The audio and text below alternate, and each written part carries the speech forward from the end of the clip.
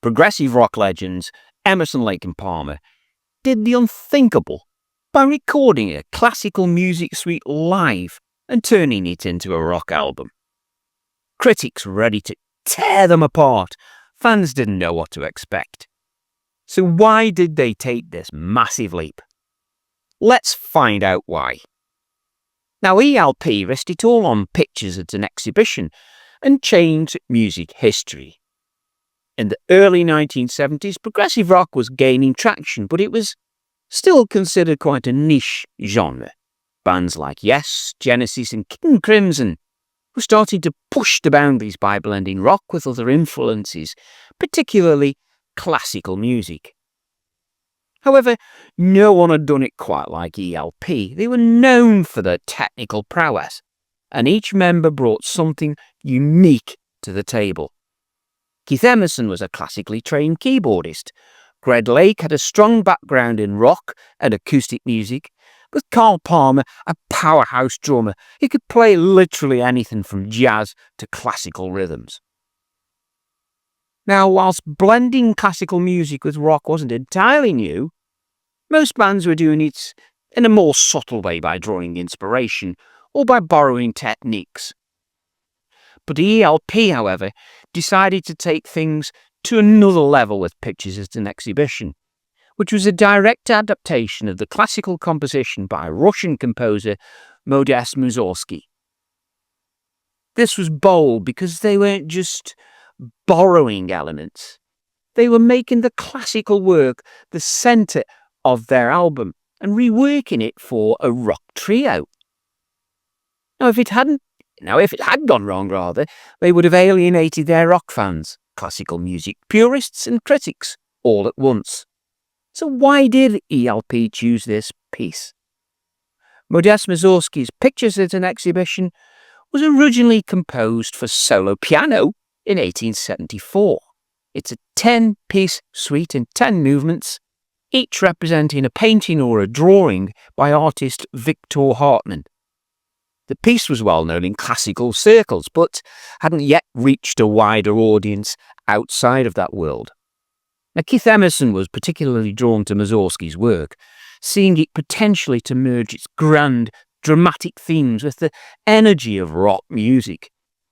In interviews, he had mentioned that he admired the visual and emotional quality of Mussorgsky's suite, and felt that it lent itself well to the kind of theatricality that ELP were well known for. He wasn't just interested in playing classical music note for note. No, he wanted to transform it into something new. But while Emerson may have been the driving force behind the decision to tackle this particular suite, it wasn't an easy sell. Now, even among the band members, there were doubts.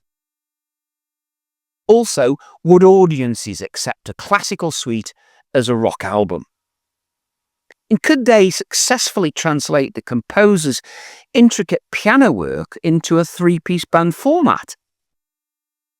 The stakes were high. Now, one of the biggest risks that they took, however, was deciding to record it live. Most rock bands at the time, especially those attempting something as ambitious as this, would have gone into the studio where they could polish every detail and control the sound. But ELP went in the opposite direction. They recorded the album during a live performance at Newcastle City Hall on March the 26th, 1971. Now, recording live meant that they had no safety net. If anything went wrong, say for argument's sake, an instrument out of tune, a fluff note, an issue with the mix, they couldn't fix it in post-production. The decision to record live added a raw energy to the album, but it also increased the risk. Fans would hear every note as it happened with no chance for do-overs. This decision also reflected ELP's confidence in their own abilities.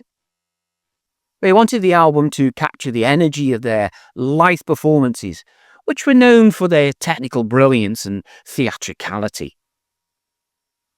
The Newcastle City Hall venue with its excellent acoustics, was chosen specifically to help with this ambitious undertaking.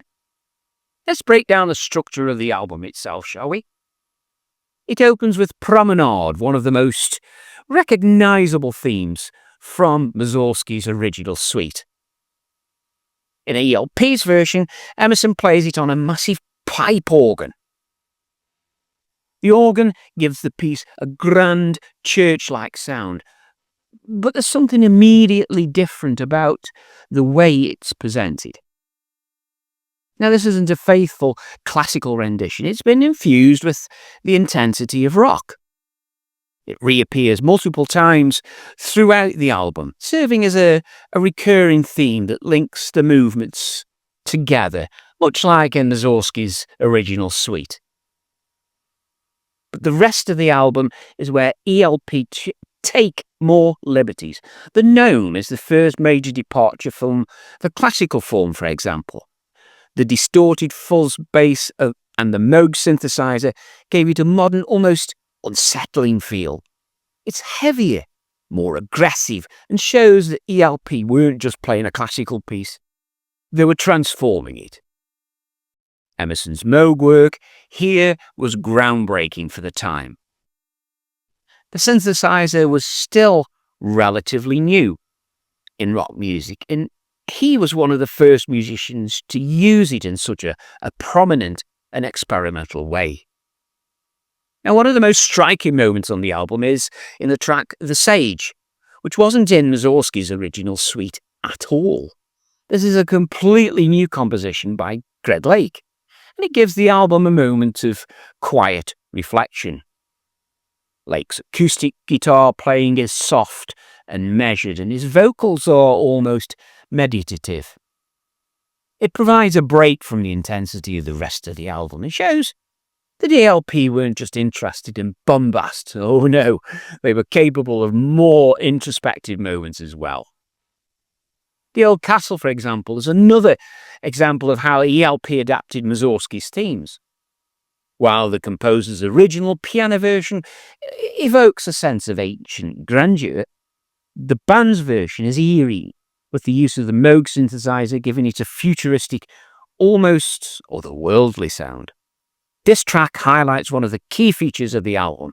It's not just a rock band playing classical music. It's actually a reimagining where the instruments and techniques of rock music transform the original compositions into something entirely different. The album's centerpiece is The Great Gates of Kiev, the grand finale in Mussorgsky's original suite.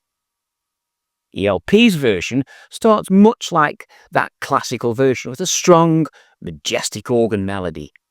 But as it builds, Greg Lake adds vocals. Now, this was a significant departure from the instrumental focus of that original.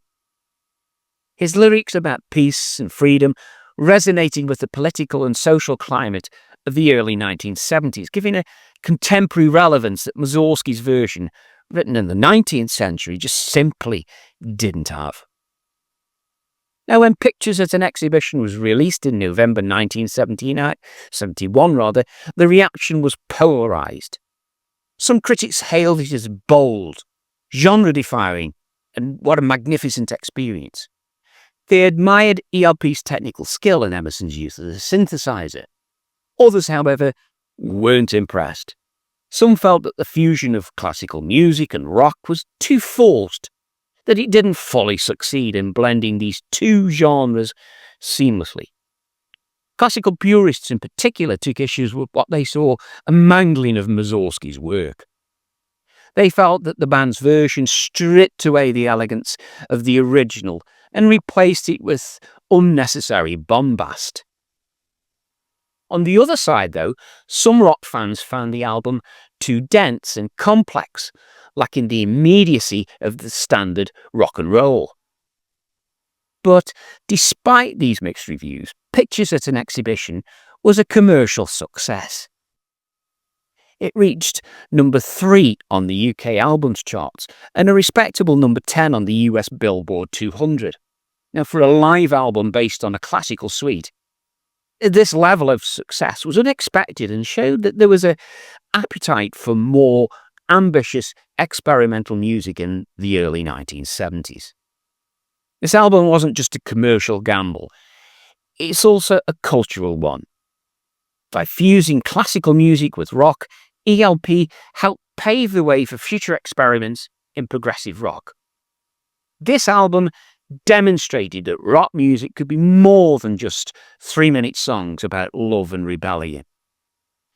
It could be complex, it could be intellectual and ambitious. The risks the trio took on this album, adapting a classical suite, recording it live and incorporating new technology like the Moog synthesizer, set a precedent for future artists in the progressive rock genre. Bands like Yes and Genesis and King Crimson would continue to push boundaries, incorporating more complex structures, more influences and instruments into their music, and simply must have been inspired by this piece. For ELP themselves, though, the success of Pictures at Exhibition cemented their place in rock history. The album showed that they were willing to take big risks and that they had technical and creative skills to back it up. It also marked them as one of the pioneers of progressive rock movement, a genre that would continue to evolve and influence musicians for decades to come.